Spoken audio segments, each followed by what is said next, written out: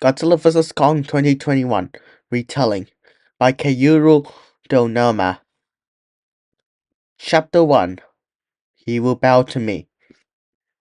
I sense within the sea the change of winds, all that drifts through the skies, the dust of the stars, the breath of life. It all falls to the sea. It courses over me, around me, through me. I sense the struggle of my kin. The territorial ground, now changed forever. A saddened cry fills my heart. What once was the sea is now land, and what once was lake is now the sea. What once was a forest is now desert. What once was desert is now a swamp. And what once was a swamp is now a vast canyon. This world is not the world we knew. For my kin, their homes lost must start anew, but our world has changed. He who carries with him a mountain was once benevolent, content to slumber and feed on the stream of life from deep within this world as I do. But now he growls in challenge to the world. He violates his territorial boundaries and provokes she's who walks on 8 legs.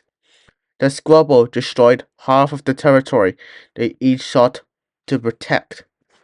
I had to intervene.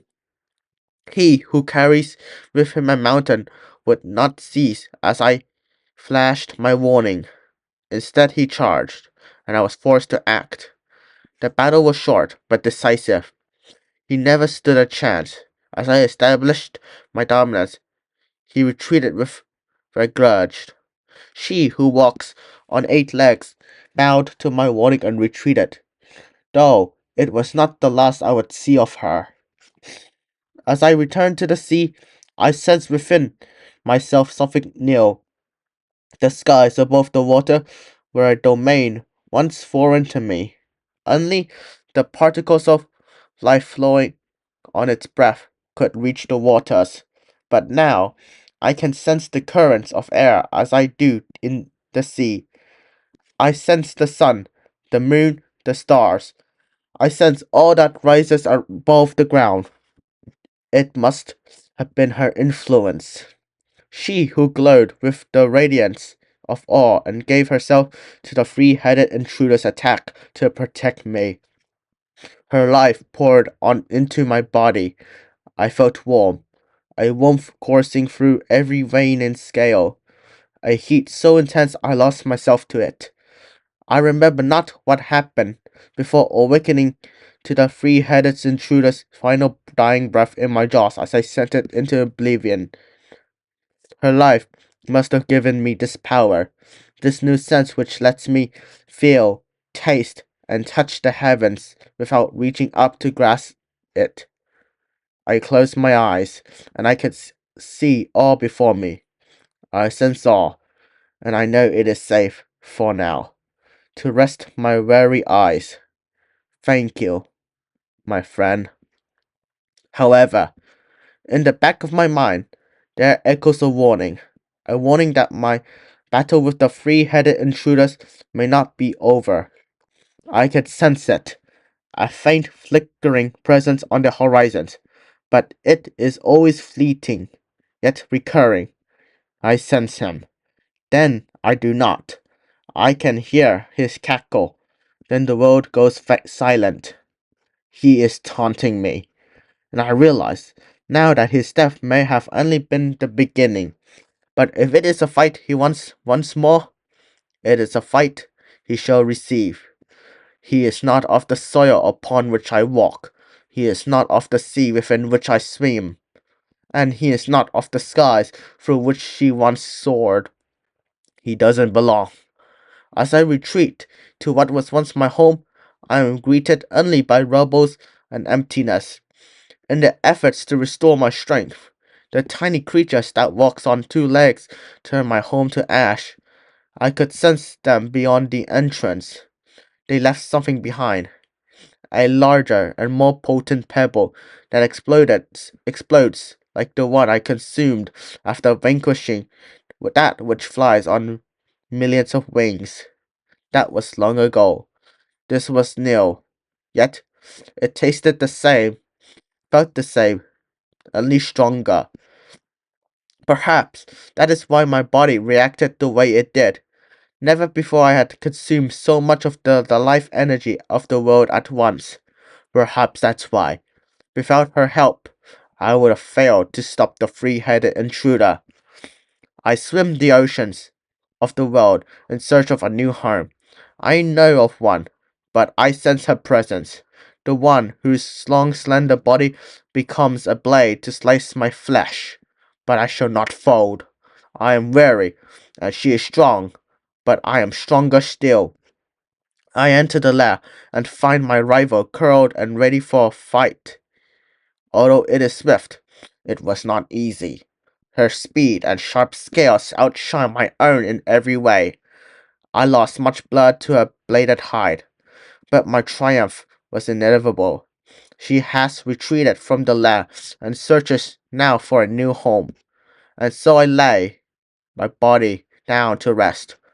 I am tired, but as I rest my weary eyes, my mind remains alert to the threat of the three-headed intruder, whose presence once again flashes for but the briefest of moments before vanishing from my sense. He doesn't belong, and from what he has done, I cannot, I can provide no forgiveness, no penance, and no mercy. I failed to eliminate him once. I shall not fail again. He doesn't belong.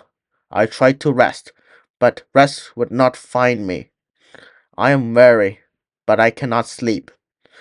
As my eyes close to rest, but my senses are going wild, I can feel something else. It claws at the back of my mind. There is a rival I cannot see, a rival I cannot sense, but he is a rival I somehow know. Have we met before? Have we clashed before? I remember not, but I can feel the empty space where he should be within the natural order deep within my beating heart. He is another alpha, like me, and he threatens the balance of this world. He is a true rival, not trivial like some. If I cannot make him submit, I will never rest. He must be made to bow.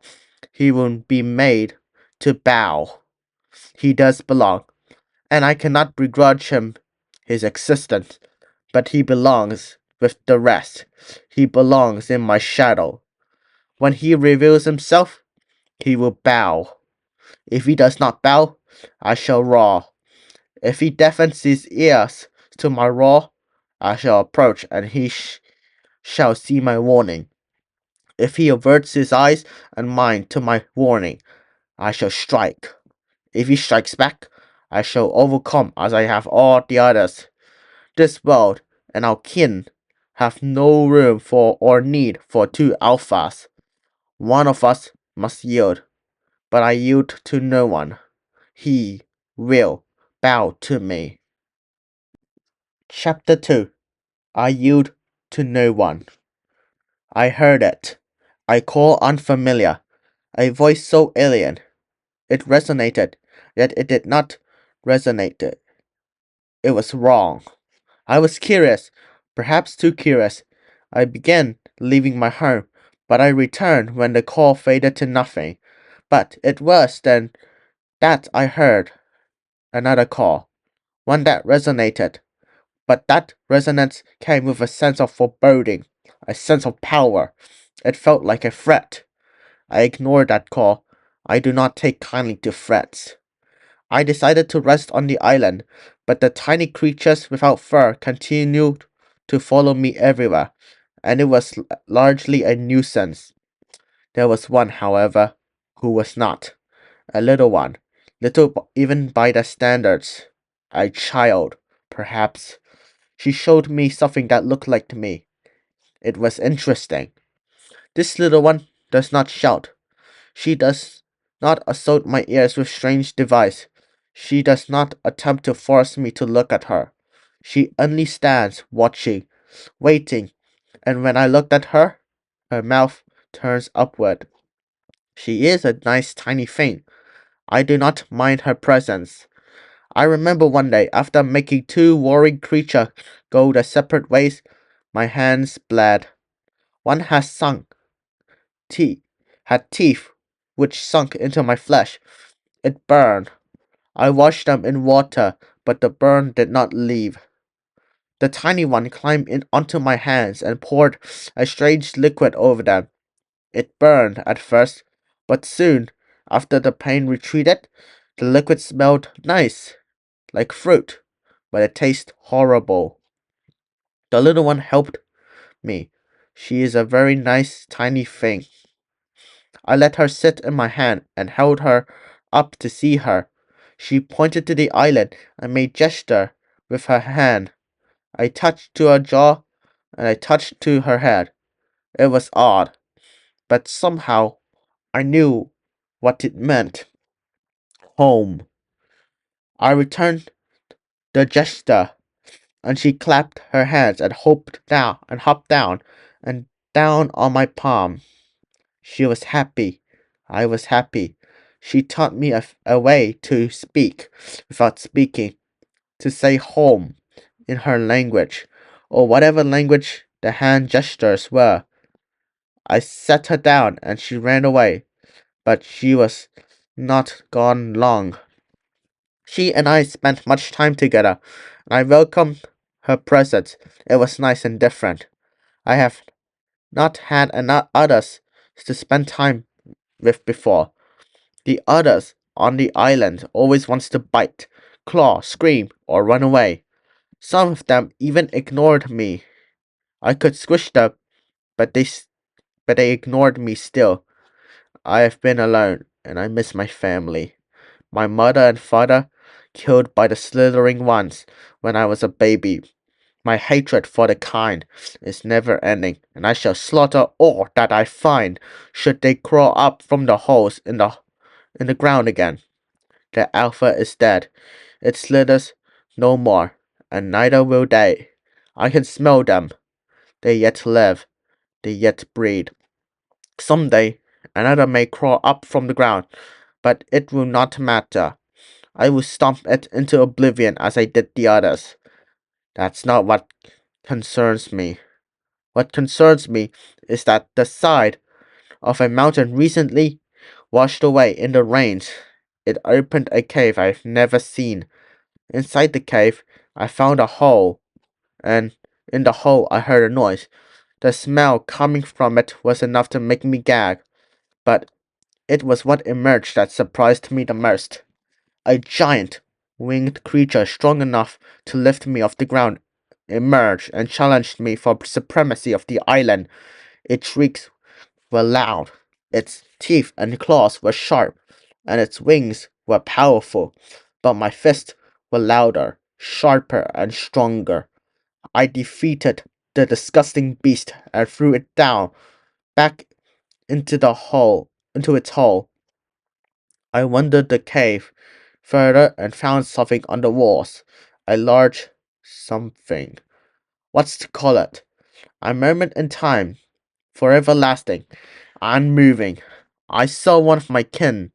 It was being attacked by a fanged creature similar to the slithering ones, but it walked on two legs, had a spiky back, and spit blue fire from its mouth. My kin was falling, the fire burning their chest. They could not rise. Nothing about it makes sense. My kind are strong, stronger than anyone. Fire may burn our fur, but it cannot stop us. What is this thing? This creature of blue fire? Was that what called for after the other? The threat? Or was it not a threat at all? Was it a challenge? I cannot know. My head hurts. I went to rest, but I was interrupted. The tiny things surrounded me, and I could smell something. It made me sleepy, and I do not remember anything after. I woke in a daze. My head was swimming, and my body ached. I was hungry. but I had no energy to move to find food. The tiny things were doing something. I heard sounds similar to rocks clashing over and over and over again. My vision was blurred, but I could see dozens of the tiny things scattered around me, pointing little sticks at me. I did not fear this, but I could not react. My nose took in the scent once more, and I fell asleep. I woke again sometimes later. How much time? I did not know, but I could sense a change around me. I stood up and stretched my arm. I smelled water and went to drink, but it smelled different. It did not smell of grass, dirt, and air. It smelled like nothing, just water. It also had no taste, not though like the water I knew. I tried to wander around, but I walked into something. The horizon hit me in the face, and a strange surge followed through it. I put my hand out, and I felt something hard. A wall. It was fake. The entire horizon was fake. I pounded it with my fist and shattered the veil. It fell away in heaps, and I smashed it again. Strange red lights began flashing, and a horrible sound made me cover my ears. I saw the tiny things again, and again. The scent overwhelmed me, and I fell to sleep and awoke in the same spot. This time, the friendly tiny one was there watching me. She told me what had happened. The other tiny things had built a cage around me. They meant to protect me from the storm that was overcoming the island. But a cage is not a protection. A cage is a cage. A cage is a prison.